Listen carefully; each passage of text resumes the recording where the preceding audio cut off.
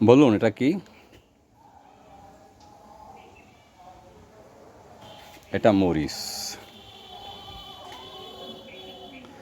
গ্রামের দৃশ্য সবার শ্রেষ্ঠ।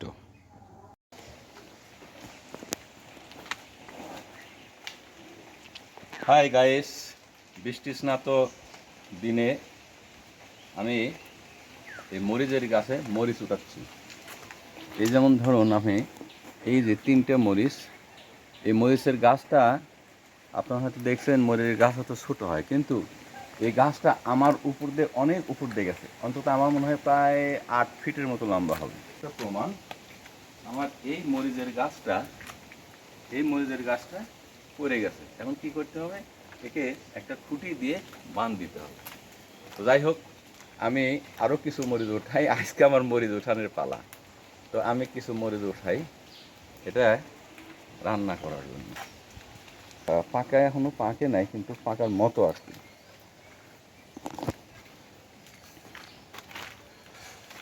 আমি আরেকটু মরিচ উঠাই এদিকে।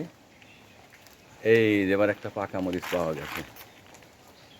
এই এই এই এই এই এই এই আরেকটা মরিচ পাওয়া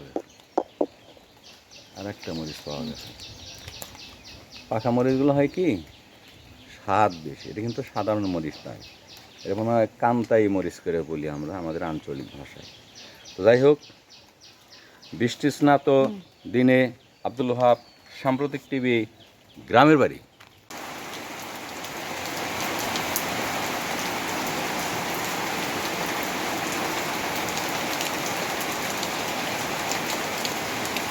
গ্রামের বৃষ্টি আর শহরের বৃষ্টির মধ্যে পার্থক্য আছে।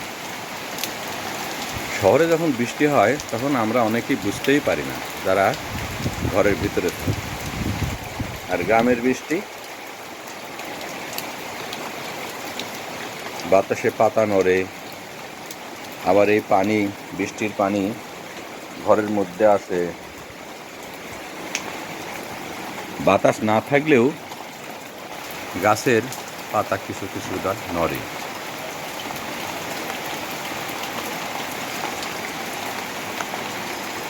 দেখা যায় পাতার উপরে যে পানিটা পড়ে, সেই পাতার পানির পড়ার শব্দও শোনা যায়। কিন্তু শহরের বৃষ্টির মধ্যে কিছুই বোঝা যায় না। মোটামুটি এই হলো গ্রামের বৃষ্টি আর শহরের বৃষ্টির মধ্যে পার্থক্য। দূরের গাছের পাতাগুলো বাতাসে নড়তেছে,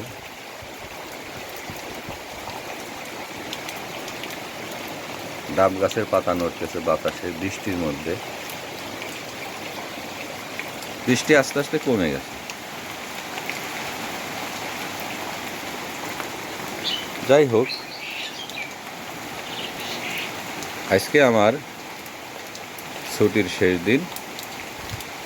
আজকে চলে যাব আবার সেই চিরচেনা ঢাকায়।